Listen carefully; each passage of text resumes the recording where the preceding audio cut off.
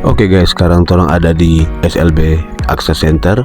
Torang mau lihat ke dalam dulu fasilitas dari adik-adik berkebutuhan khusus. Dan torang akan mewawancarai kepuasan dari orang tua murid dan juga mewawancarai guru yang memberikan terapis kepada adik-adik yang berkebutuhan khusus.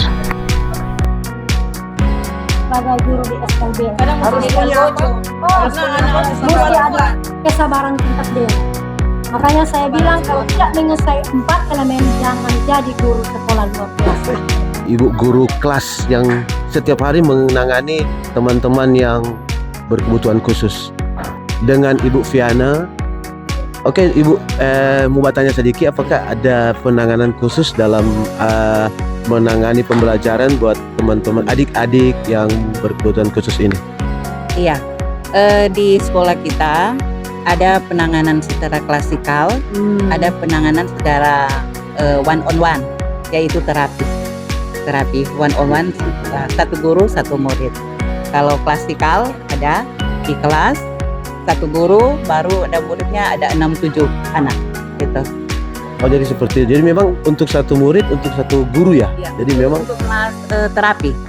jadi kelas memang khusus. langsung Iya, tangannya khusus antara satu guru dan satu anak. oke. Seperti itu.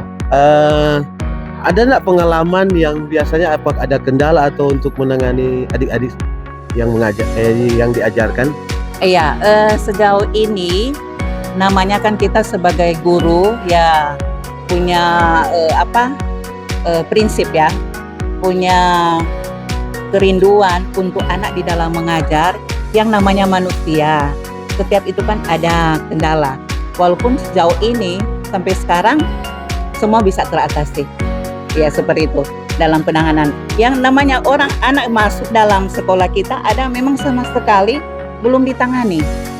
Jadi kita sebagai guru pintar-pintarnya mengevaluasi anak itu seperti apa. Dilihat dulu kemampuan si anak itu, model anak itu seperti apa, seperti itu. Jadi sejauh ini ya mau dibilang masalah enggak juga sih. Semua bisa teratasi. Oke, terima kasih banyak Ibu.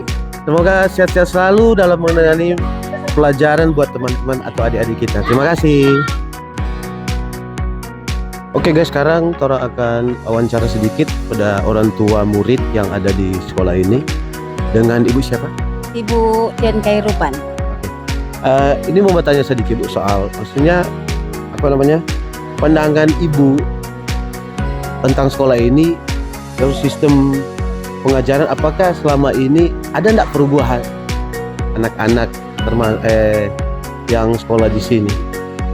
Iya, menurut saya memang anak saya ini dari umur 8 tahun sudah bersekolah di Access Center sini, dan menurut saya memang sekolah ini sangat-sangat membantu anak-anak yang berkebutuhan khusus seperti autis, speech delay dan lain-lain di sekolah ini, dan membantu mereka belajar dengan baik. Karena kalau mereka anak-anak seperti ini disekolahkan di sekolah umum atau sekolah biasa, mereka tidak akan bisa mengikuti pelajaran yang diberikan. Tapi kalau di sekolah ini mereka sangat terbantu karena perkembangan anak-anak seperti ini mereka tahap demi tahap. Jadi di sekolah sini banyak sekali perubahan. Seperti anak saya ini kan speech delay, tapi sekarang untuk berbicara dua arah sudah sangat-sangat bagus, dan berkomunikasi dengan teman-teman sudah bagus, dan ya puji Tuhan sampai saat ini masih bersekolah di sini dan sangat membantu kami orang tua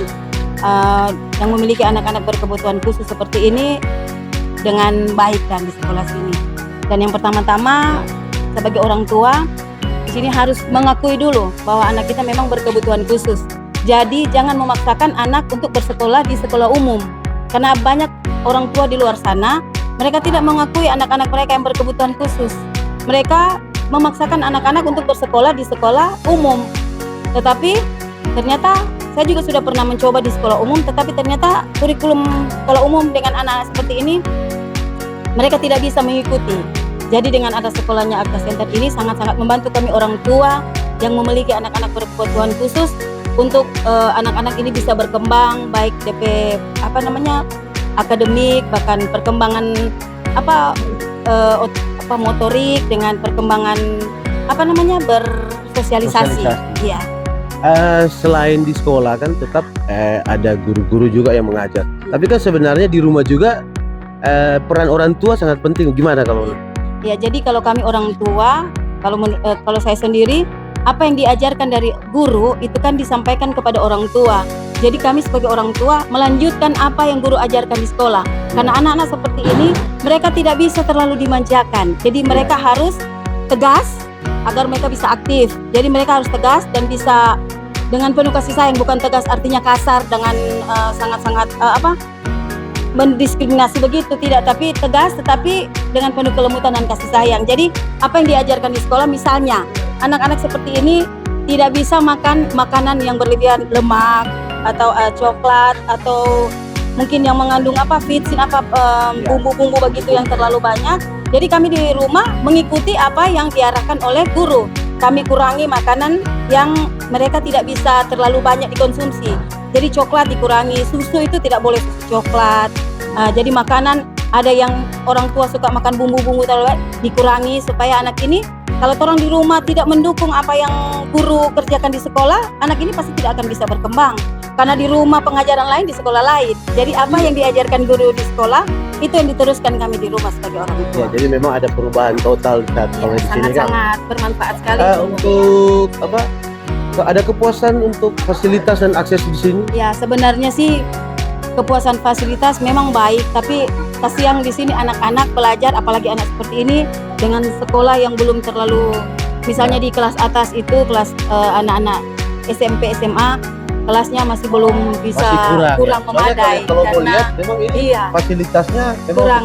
Jadi mungkin bisa ada orang di luar sana tergerak hati untuk membantu. Ya. Siapa tahu dengan ruangan sangat biasa mereka kalau mau belajar kegerakan juga karena mungkin tidak ada bantuan dari AC atau kipas angin.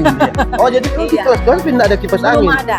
Ada yang ada tapi kadang cuma satu, jadi tidak mencukupi anak-anak di dalam. Mudah-mudahan ada yang bisa membantu. Amin. Kalau ini kan yayasan, berarti sebenarnya mungkin orang tahu tidak tahu ya, tapi apakah pernah dengar pemerintah memberikan bantuan atau apa? Iya, pernah dengar mungkin ada pemerintah bantuan, tapi mungkin orang tua itu di luar pengetahuan orang tua. Bagaimana tak tahu karena itu pengaturan sekolah. Tapi memang kadang guru kapasitas juga memberitahu bahwa ada bantuan seperti pembangunan ini di atas penambahan kelas. Mungkin ada bantuan kepada pemerintah kepada sekolah. Oke, mudah-mudahan ada yang menonton video ini, ada donatur-donatur bisa tergerak untuk membantu sekolah ini atau SLB Aksa Center Manado ya. Oke, terima kasih kan. Terima kasih. Terima kasih Tuhan memberkati. Ya. Kemarin baru kita kena musibah juga, banjir. Tadi pas masuk saya tahu di tas ini pasti itu kalau ada namanya banjir itu tetap pasti. Nah, saya berpikir tadi kan, saya berpikir loh. Terus kalau kemarin jalan sekecil ini, got segede gini, terus kemudian bagaimana anak-anak? Nah, pengalaman berarti kan soal infrastruktur ini, soal jalan, jalannya jembatan. Karena kalau misalkan terjadi banjir, terus kemudian situasi yang seperti itu, terus tiba-tiba pada saat siang mereka lagi sekolah, mereka terjebak dong di dalam. Benar. Contohnya yang kemarin kami terjebak sampai jam 8 malam. Nah, karena areanya yang mungkin di sekolah kita tidak gitu, tapi areanya ini jalan ini yang lorong ini terlebih jembatan itu kan sungainya kecil, terus kemudian jembatannya kan di bawah, jadi memang harus perlu untuk masih naik gitu ya, maksudnya untuk jembatannya. Mungkin bisa lah. Kita bisa juga melihat supaya dapat serotan lah untuk ini, karena di sini juga di sekolah ini di Akca ini teman-teman dari 75 ya, kalau dihitung dari SD, SMP, SMA itu 75 teman-teman berkebutuhan khusus, ada anak-anak istimewa gitu. Jadi kalau misalkan infrastrukturnya nggak baik gitu, apalagi anak-anak kan, mereka kan aktif, benar sekali. Jadi memang harus siapa tahu kan didengar juga. Yang paling pokok itu jembatan sama jalan. Nah, jembatan Asu ini, lorong ini, jembatan cuma seukuran istilahnya walaupun 4 meter lebarnya, tapi kan kalau dia agak tinggi sedikit, saya berpikir kalau dia tinggi saja 1 meter ya mungkin kita bisa jalan gitu, nggak terjebak seperti kemarin kan terjebak banjir. Jadi kita pulang jam 8 malam. Jadi ada yang memaksakan, tapi memang area di bawah ini kan sudah naik itu sekitar 1 meter lebih. Iya. Gitu. Jadi ada yang Jadi kasihan itu ngungsinya di anak-anak. atas. Iya, jadi muter ikut Iya, jalan. iya. Jadi mungkin ya seperti itu. Kalau area untuk kendalanya kami itu yang untuk orang masuk jalannya ini yang mesti aksesnya itu Iya. mungkin diperbaiki gitu ya. Iya pasti dong, harus jadi perhatian pemerintah juga. Iya, itu satu prioritas. Harus itu juga.